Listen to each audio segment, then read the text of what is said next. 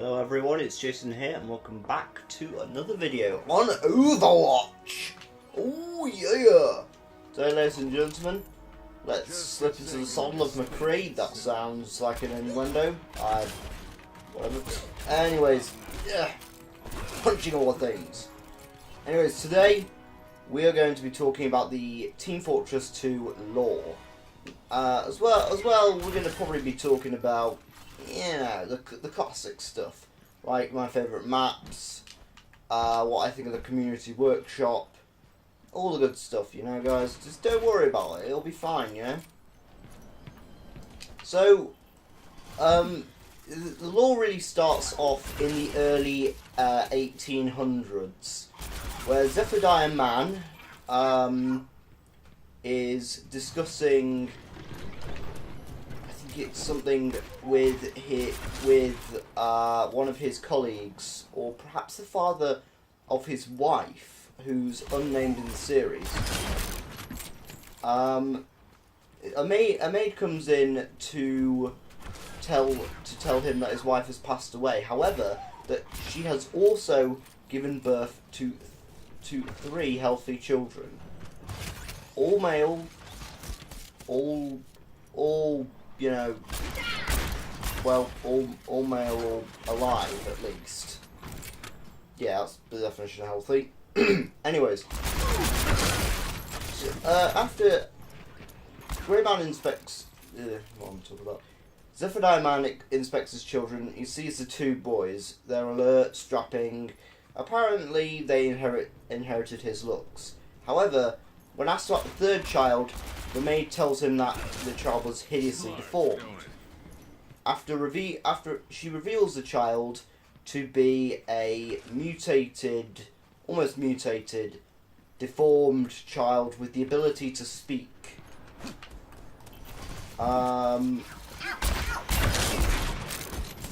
Zephaniah Man orders the child to be suffocated. However, during the 1800s in the TF2 universe, there is something known as the Great Eagle Plague. The eagle takes the child, who later grows up under the name Greyman, and raises him in Europe. However, the 2 boys quickly grow up with a good education, yet a generally dim intellect. They recommend their old man to take them to America to purchase land and start in the Great Gravel Rush. This turns out to be fruitless, as gravel is piss cheap. With his last dying will, which he writes on his own flesh, Zephaniah Man it assigns all of his land to Barnabas Hale, the grandfather of Saxton Hale and father of Billerus Hale. All his land, that's what he gives him. He gives his most trustworthy servant and accountant his entire family fortune and access to Australia, which I'll go into explaining later on in the video. And he leaves to his 2 idiot sons a permanent obligation. They had him waste the later years of his life and catch diseases, which eventually led to his death in America. They basically made him buy that worthless gravel pit, all those worthless gravel pits and dust bowls and crap. And now he's pretty pissed at them. So in his last dying will and testament, he assigns them equal share of the land they had in purchase in the New World, knowing full well that they will fight over it until the day that they die. The 2 brothers, Redburn and Blutarch, set up 2 opposing factions: Reliable Engineering and Demolitions, also known as Red, and Builders League United, also known as Blue. It's not a misspelling of the colour, ladies and gents, it's actually an acronym.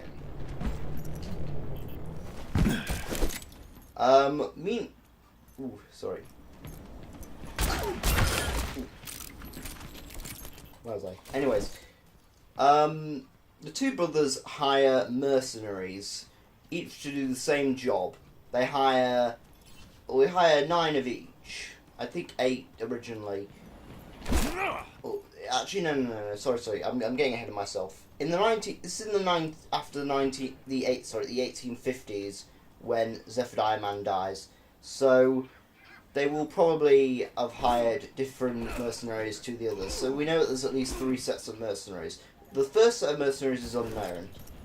The second set of mercenaries is hired around the time of the 1920s. These are the mercenaries from Team Fortress Classic. And finally, in the 1950s, they hire new mercenaries, and these are the mercenaries of Team Fortress 2. The Scout, Soldier, Pyro, Demoman, Heavy Weapons Guy, Engineer, Sniper, Spy, and Medic. Hashtag pray for Medic.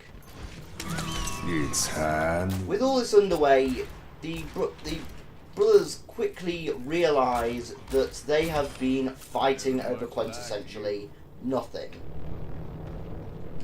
Oh no, sorry, I'm skipping ahead of myself a bit. During the late 1900s, during the late 1800s, the brother Plutarch hires Radigan Conager, the grandfather of Del Conager, also known as the Engineer, to build him a life support machine that will allow him to live forever. Radigan Conager does this, but is bribed by the servant of Zephaniah Man, who inherits all his fortune, to also build a machine for not only her, but also Redmond as well. This will keep the war going for quite some time, and will also fund her as she later becomes the administrator. So this is all in play, and it's time to explain what Australium is. Australium is a miracle element found deep within the crust of the Australian surface. It's what turned the Aborigines and savages into this futuristic civilization, capable of building things such as invisibility watches, teleportation, flying cars. It was a real sort of utopia, apparently. And also the Australian people seemed to be incredibly, what's what I'm looking for, manly. Even the women had, I think, Australia-shaped patches of hair on their chests. The most infamous of all Australians was probably Saxton Hale himself, grandson of the great Barnabas Hale, who currently, at this point, would be owning all of Manco. So after a few years of fighting, the brothers realise during the events of Team Fortress 2 that actually their fight has been fruitless. It's hand. They are both without heirs and are soon to die despite the effects of the life-increasing machine. So what they do is they decide to call off a treaty. They arrange a rendezvous point, or rather someone else arranges a rendezvous point. Pardon me. And have it guarded by engineers. These engineers don't last very long, and I'll tell you why in a minute. They meet up and agree to build a machine, and I kid you not, to get one of them pregnant with the other's child. Fortunately, Greyman, their long-lost brother, shows up and explains to them that he is not only the one who's just killed all their engineer guards, but is also their long-lost brother.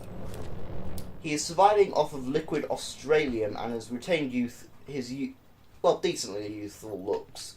He's getting on a bit by judging by it, but he wouldn't say a day over 70 as opposed to Redmond and Plutarch, who, Jesus Christ, look like they will drop dead at any minute.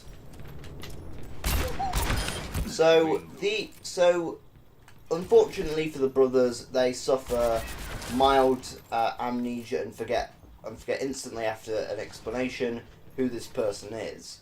They ask him to build their pregnancy machine, and he says he won't. He says he's come to claim what's rightfully his, and that they have been fighting over worthless pits of gravel for too long. His plan is to take over Manco. His first step, killing his other brothers. Don't move. Now, after killing Redman and Blutarch, Grey Man.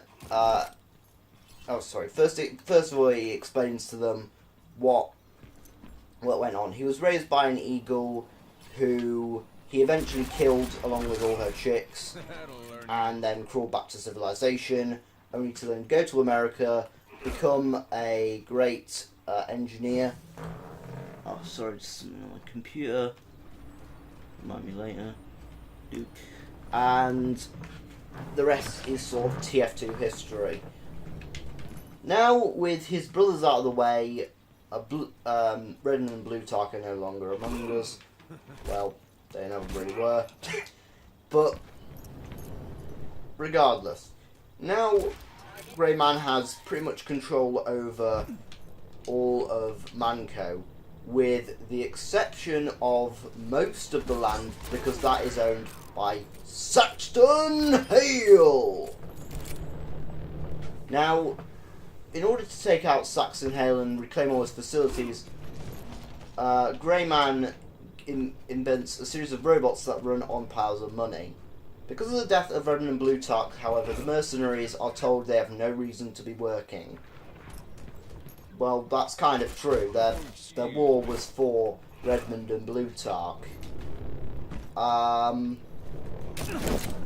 Quintessentially, they're fired by Saxton Hale and then rehired while he is fighting a Yeti.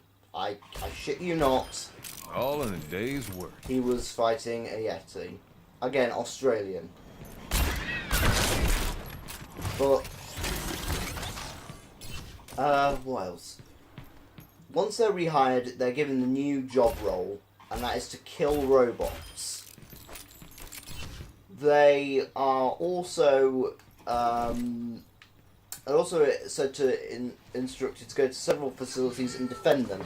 Red and Blue put aside their differences and team up in order to defend various facilities in teams of 6, sometimes more, against waves of Grey Man's robots, which are quote-unquote bigger, stronger, and generally better than the mercenaries. Somewhere along the line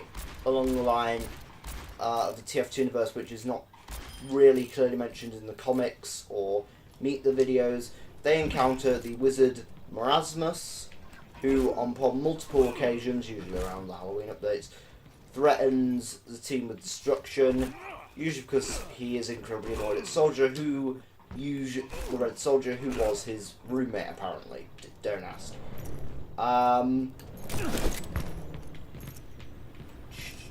Just thinking.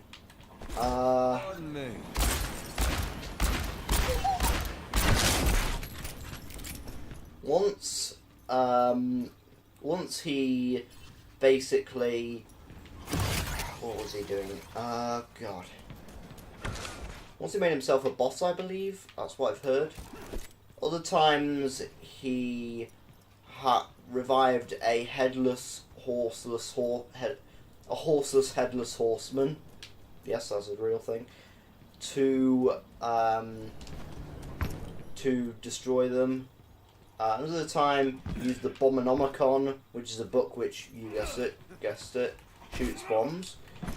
And another time he summoned events from the previous Halloween updates because Valve was feeling lazy. I'm just kidding, Valve. You've also got the inclusion of the end of the line, which is where the blue team strap a bomb to a train and attempt to drive it through the red team's control points. all in order to blow up their main point, which in the end of the line cinematic was a series of facilities, one of which was an orphanage, another of which was a cat shop, and another one was a kitten orphanage. Wow, Blue Team, this is a whole new layer for you. Is someone call the Undertaker? I love that line. That's the best line ever. This is all good and happening up until the point where Saxton Hale is actually beat by Grey Man using an old law within the Hale family tradition. If the CEO of another company can beat a Hale in any sort of physical combat, they will automatically become CEO of Manco. Grey Man gets around this by hiring his granddaughter to pose as his CEO. They succeed because Saxton Hale will apparently not beat up a young child, and I really don't wholeheartedly blame him for that.